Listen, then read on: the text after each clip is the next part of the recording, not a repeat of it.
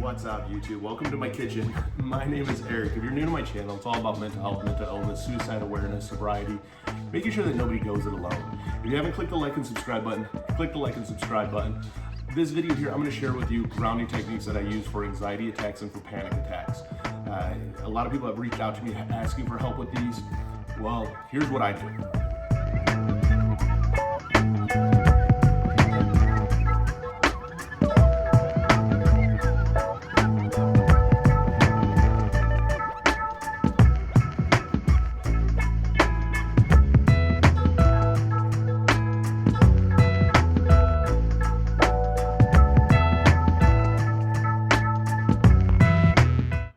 What's up, YouTube? Welcome to my kitchen. If you've been on any of my TikTok lives, you'll know that I do a majority of my TikTok lives actually right here.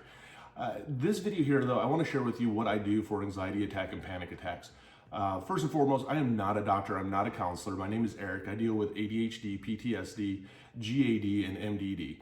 Those are 4 diagnoses that I have. I do take medication. I do see a doctor. If you are struggling, make sure that you get a doctor involved. I do have links down below for different coping mechanisms and tools that I use, along with BetterHelp, which is online therapy, which may be the start for therapy for you. I want to share with you, though, what I do when I get anxiety attacks and panic attacks. And a big thing is knowing the difference. First and foremost, if you haven't taken your meds today, take your meds.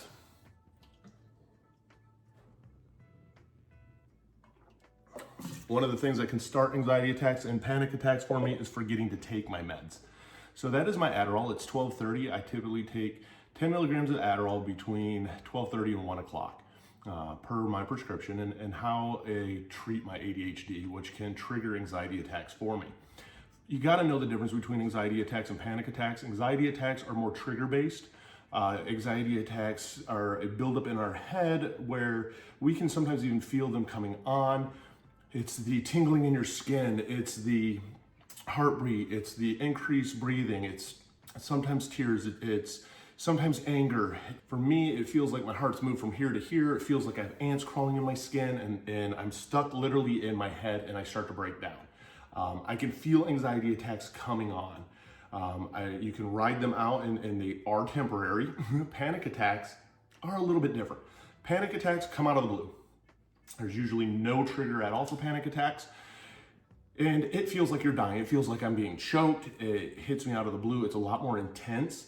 I feel it in my stomach with stomach pains. I can feel my body changing. Temperature-wise, I can feel my skin. It's almost like an out-of-body experience. And I literally think I'm having a heart attack, and I am trapped in my head.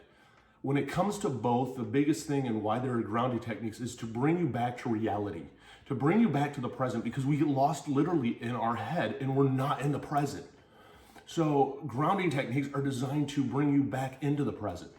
There's a couple different ones out there. There's a 5, 4, 3, 2, 1.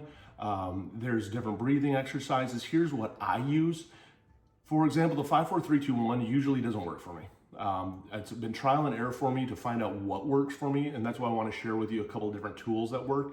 Some of the same principles, but when I have to focus on, okay, things that I can touch, things that I can smell, things that I see, it's using your senses to bring you back to reality, but I'm so amped up that I usually can't even focus on what I need to be doing at the time.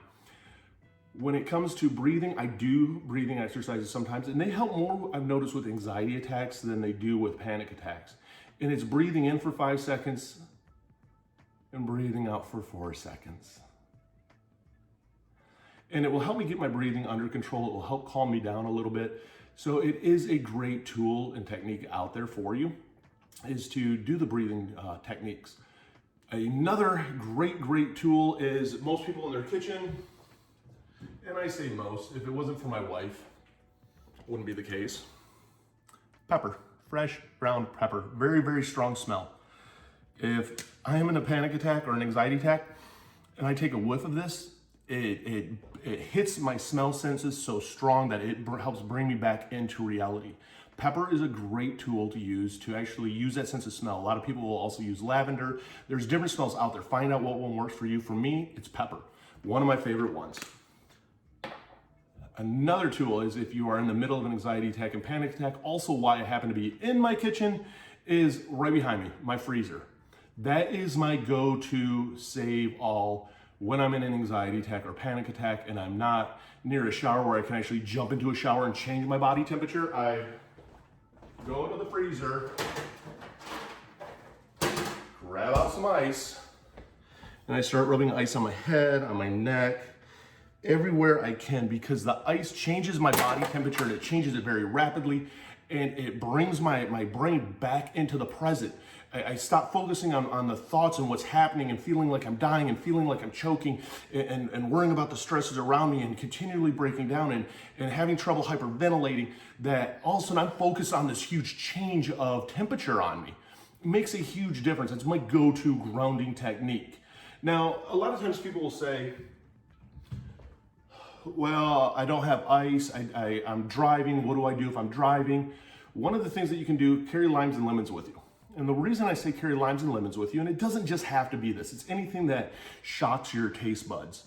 For me, I do enjoy sour and bitter things, but when it's too strong, guess what? It brings my head back into reality. It gets it out of this prison all of a sudden that I've created for it and brings it back to reality. So if I'm in the middle of an anxiety attack, a panic attack, I can't make it to where I have ice, I can't make it to where I have pepper anywhere, the breathing isn't helping, take one of the limes and lemons.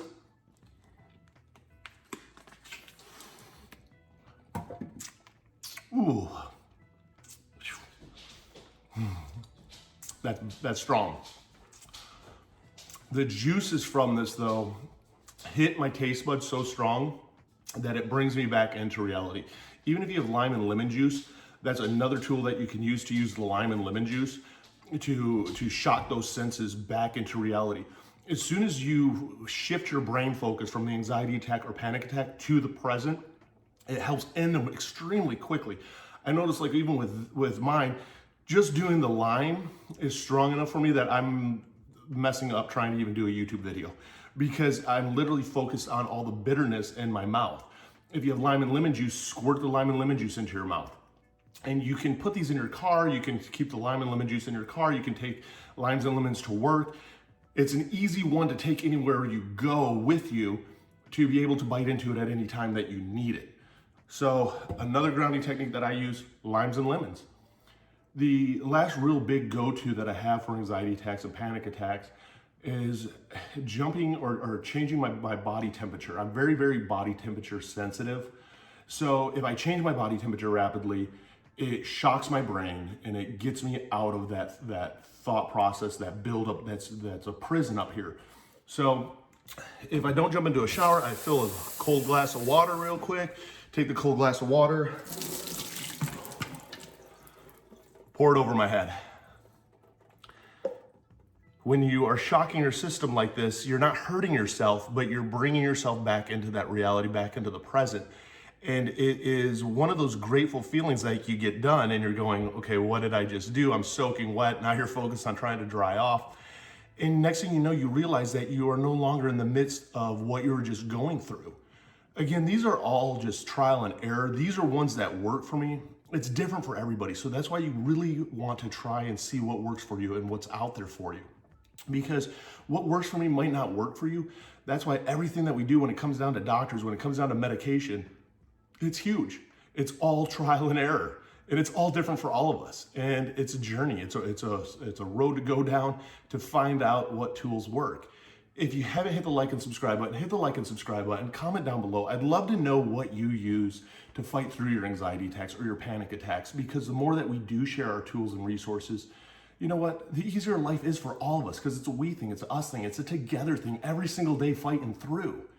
If you haven't clicked the description box, click the description box. I have a bunch of resources down there, from all my social media to the website to the Patreon account to the Discord, which is a mental health community, Forum Driven Together, which is a nonprofit, and it's designed to bridge the gap between a therapist and a crisis hotline, to bridge that gap of what do we do in between.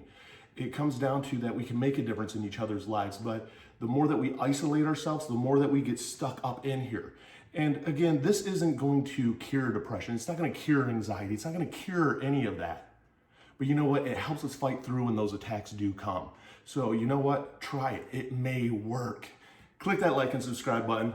Love to have you along for the journey.